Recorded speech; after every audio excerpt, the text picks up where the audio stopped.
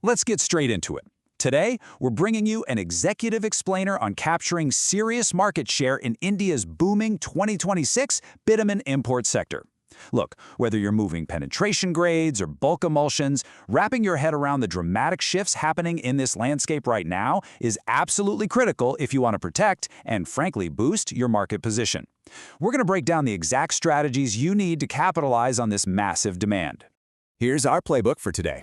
We'll quickly run through the 2026 market opportunity, how to mitigate geopolitical and regulatory risks, optimizing your logistics and supply chains, winning those Indian infrastructure tenders, calculating effective landed costs, and finally, your phased 2026 expansion action plan.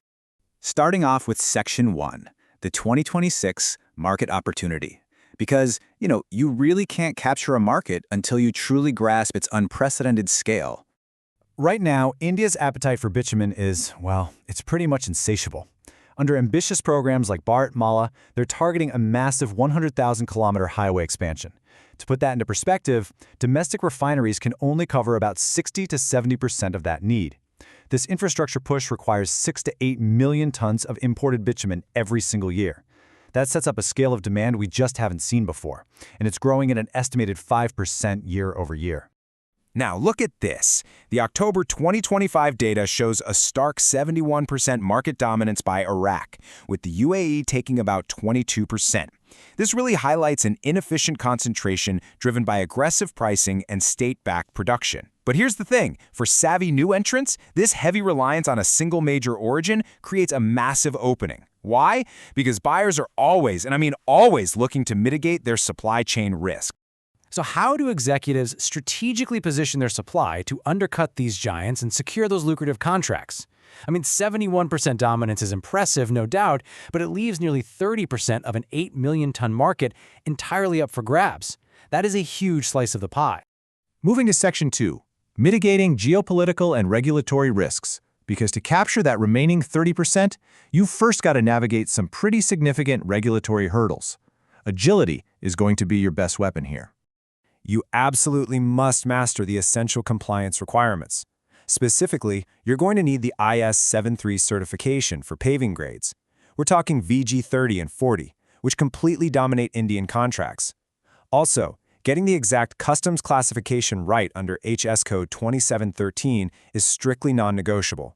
Seriously, missteps here can trigger sudden anti-dumping probes or disastrous port penalties that will literally wipe out your margins overnight.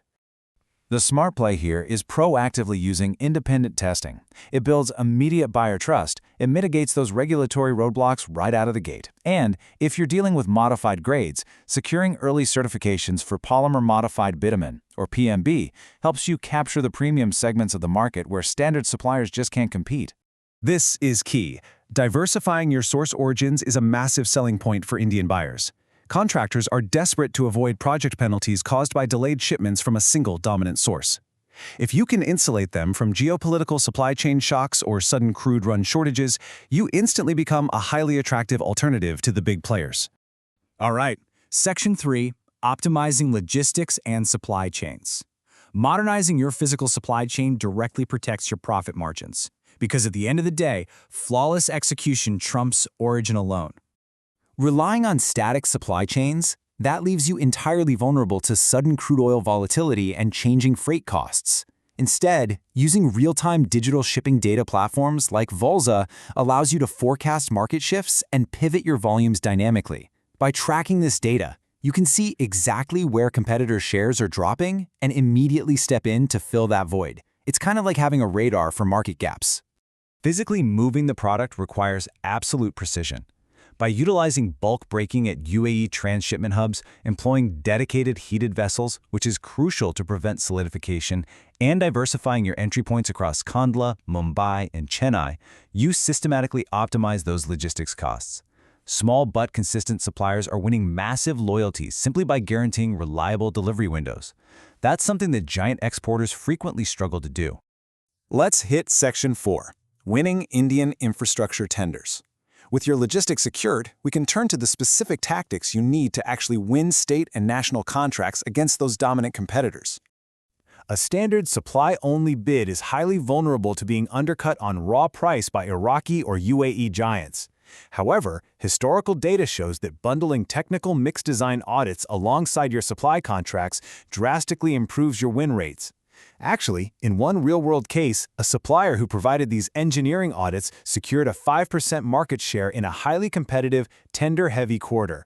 The takeaway? You have to offer the engineering support, not just the raw product. Moving right along to Section 5, Calculating Effective Landed Costs. Winning a bid means absolutely nothing if your margins evaporate the second you hit customs. So let's look at how to protect that profit. Okay, here is a foolproof framework for calculating effective landed costs. Step 1. Establish your base FOB price. Step 2. Apply the 5 to 10% basic customs duty, making sure to factor in any reductions you qualify for. Step 3. Add the 18% integrated GST on that landed value. And finally, Step 4, calculate your true bidding margin. Factoring all this in early, using tools like IceGate, ensures you maintain a profitable margin throughout the entire bidding process. Now this is where you find your true competitive edge. Leveraging free trade agreements, like the India-UAE Comprehensive Economic Partnership Agreement, is basically the ultimate key to minimizing effective customs duties. If you document your origin properly under these agreements, you can create a 3 to 5% pricing edge. And honestly, that is often the exact margin you need to turn a closed tender in your favor. Finally, Section 6, your Phase 2026 Expansion Action Plan. Let's synthesize all these insights into a definitive, step-by-step market strategy. The National Highways Authority of India, or NHAI, is accelerating their calendar right now. This is creating a projected 10 to 15% demand uptick specifically in Q1 of 2026. This presents a very narrow but highly lucrative window for prepared exporters who have flexible volumes ready to deploy. To capture that surging Q1 demand, you really need on-the-ground intelligence. So follow this step-by-step guide to building reliable partnerships with local agents. Step 1. Diligently track NHAI and State Public Works Department digital portals for upcoming tenders. Step 2. Get on the ground and network at major events like the India Roads Conference. And Step 3. Establish local joint ventures or physical stock points in India. Having that physical presence shows buyers you're a committed, long-term partner, not just a transactional exporter looking for a quick win. Ultimately, the winners in the 2026 Indian bitumen market are going to be those who plan for duties, compliance, and logistics just as aggressively as they chase pure volume. The gap left by dominant suppliers is absolutely yours for the taking. So the big question is, are you ready to flawlessly execute these data-driven tactics and transform these insights into your next massive deal?